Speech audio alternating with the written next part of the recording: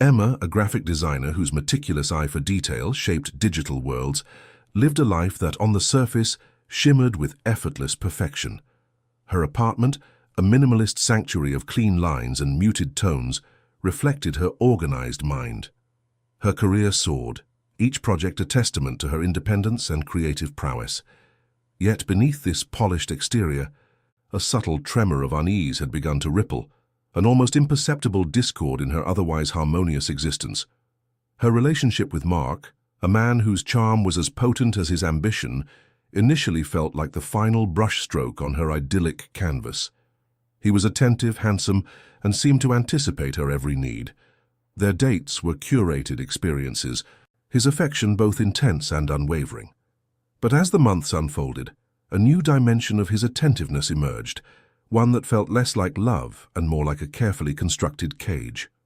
Chloe, Emma's best friend since college, occasionally voiced gentle concerns.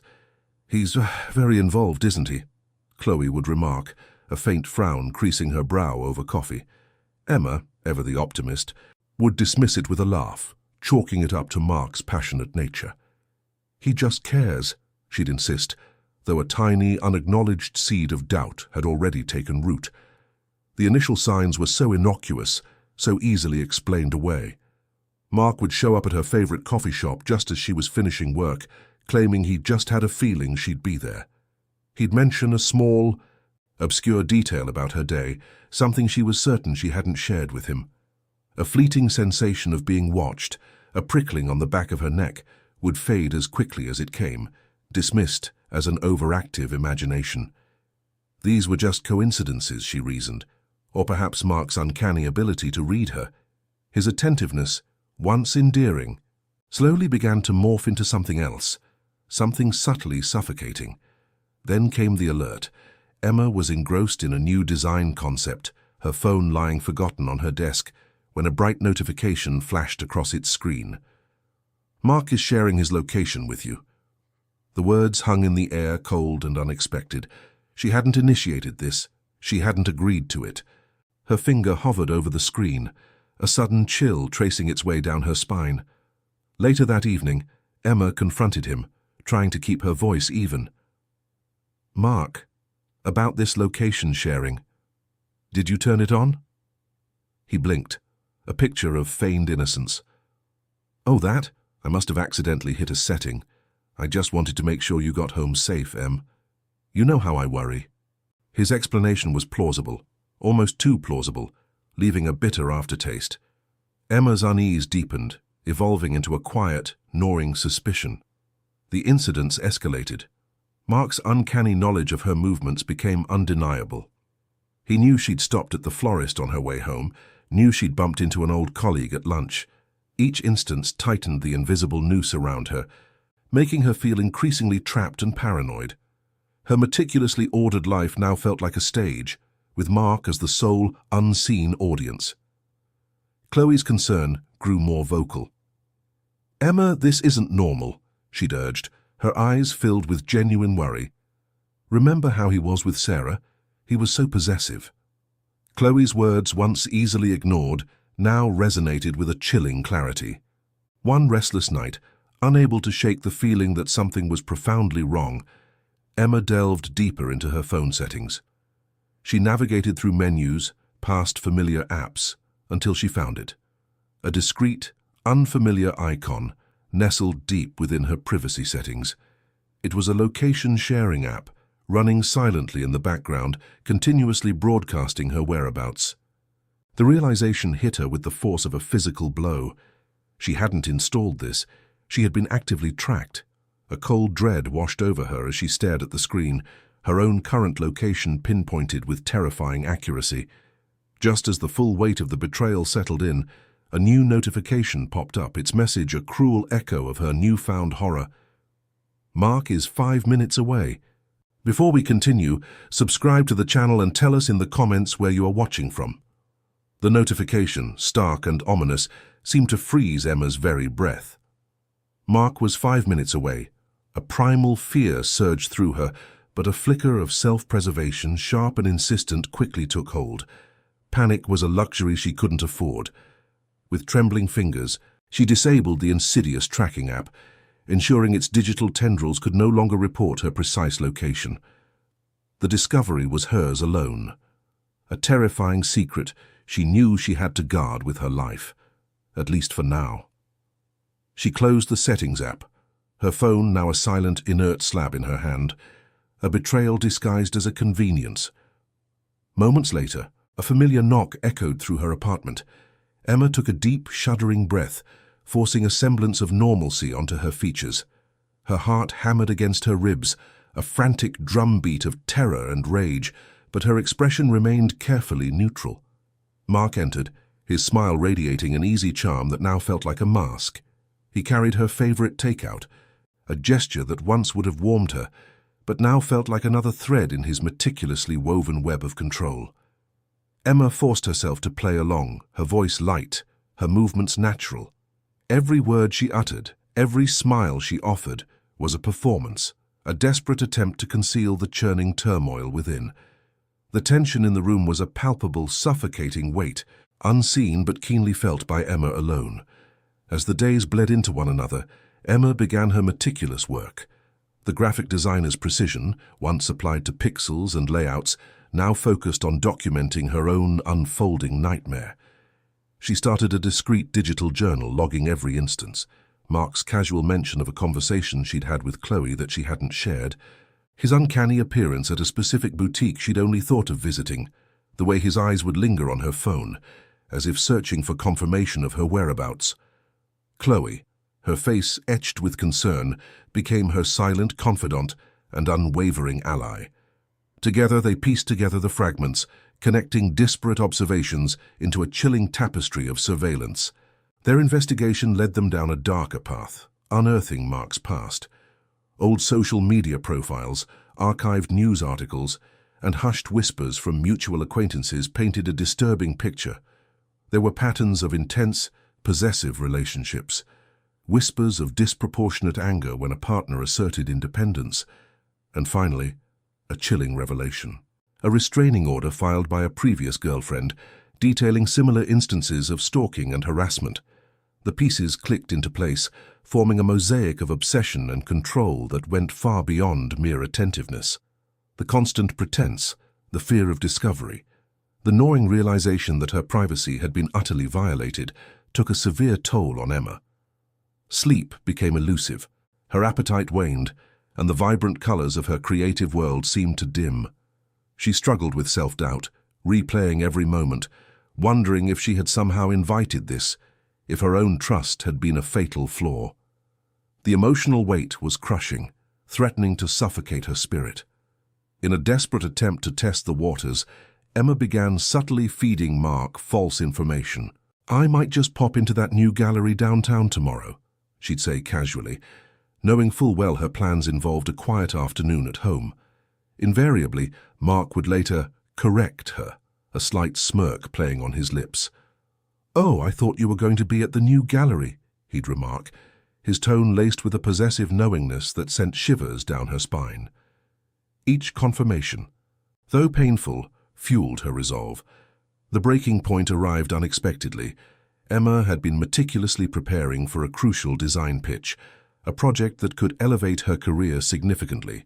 She had scheduled a late-night video call with a client in a different time zone, ensuring absolute focus. Just as the call was about to begin, Mark appeared at her door, unannounced. "I just had a feeling you'd be working late," he said, his voice saccharine, his presence a jarring intrusion.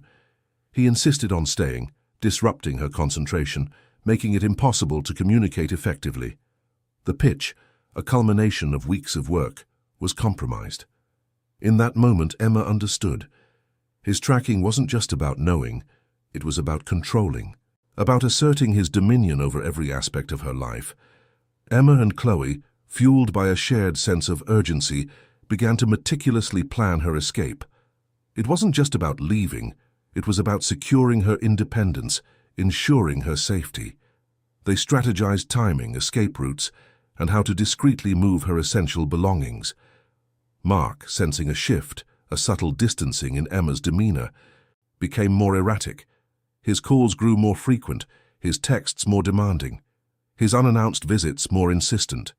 His attempts to control her escalated, tightening the invisible chains that bound her. One evening, as Emma carefully packed a small, inconspicuous bag with essentials, her phone vibrated with a text message. Her heart leapt into her throat. It was from Mark. "Where are you? I'm coming over." The text message sent a jolt of ice through Emma's veins, but this time it was tempered with a fierce determination. She wasn't the terrified woman of weeks past. "He won't catch me," she whispered to herself, her voice a low, steady promise. Chloe, ever vigilant, was already downstairs, engine idling, ready for their prearranged signal. Emma grabbed the small bag, her heart a drum against her ribs, but her movements swift and precise. She slipped out the back door of her apartment building, a route they had meticulously scouted, melting into the shadows of the alley just as Mark's car pulled up to the front. The screech of his tires, the slam of his car door were muffled by the distance, but Emma felt their vibrations deep within her. She scrambled into Chloe's car, collapsing into the passenger seat as Chloe floored the accelerator, leaving the street and Mark behind them in a blur. The initial days of freedom were a whirlwind of adrenaline and raw emotion. Mark's desperate attempts to contact her began almost immediately, a barrage of calls, texts, emails, each one oscillating between feigned concern, furious accusations, and manipulative pleas. "How could you do this?" he'd demand in one message, only to follow it with, "I can't live without you, Emma. Please come back." Emma, fortified by Chloe's unwavering presence and her own burgeoning resolve, held firm. Each unanswered call, each ignored text, was a small victory, a tiny chip in the edifice of control he had built around her. She blocked his numbers, filtered his emails, and slowly, painstakingly began to sever the digital ties that still bound them. The next crucial step was legal protection. Emma, with Chloe by her side, compiled all the evidence she had meticulously gathered, the screenshots of the tracking app, the documented instances of his uncanny knowledge, the archived articles detailing his past behaviors, and the harrowing account of the restraining order from his previous girlfriend. Presenting it all to a lawyer felt daunting, a public airing of her private terror, but necessary.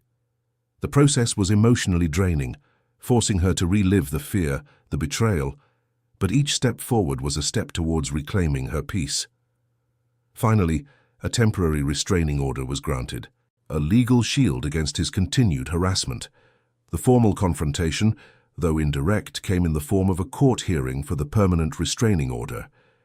Emma didn't have to face Mark directly in the same room, but his presence, his simmering anger, was palpable even from behind the protective glass. Her lawyer presented the overwhelming evidence, painting a damning picture of obsession and control. When it was her turn to speak, Emma's voice, though initially trembling, grew stronger with each word. She recounted the story of the tracking, the insidious erosion of her privacy, the fear, the manipulation. She looked directly at the judge, not at Mark, and declared her need for safety, for autonomy, for a life free from his shadow. The judge's gavel struck, confirming the permanent restraining order, a resounding declaration of her right to be free.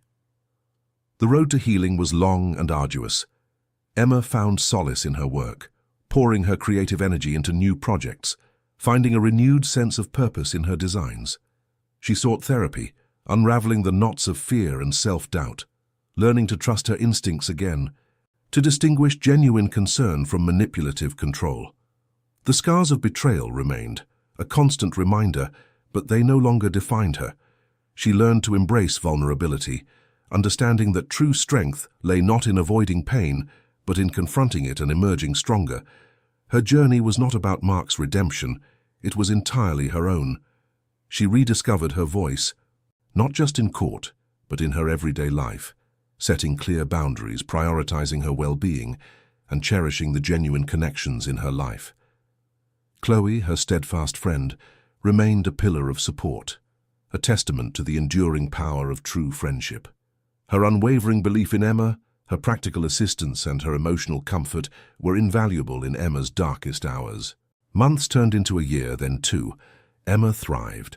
She opened her own design studio, a testament to her independence and resilience. Her laughter was genuine, her eyes bright with a renewed zest for life. She traveled, explored new passions, and slowly, tentatively, began to open her heart to the possibility of healthy, respectful relationships. She was not defined by what had happened to her, but by how she had overcome it, by the strength she had found within herself. Emma often reflected on the chilling location shared alert, the moment her world shattered. It had been a terrifying awakening, but also a profound lesson.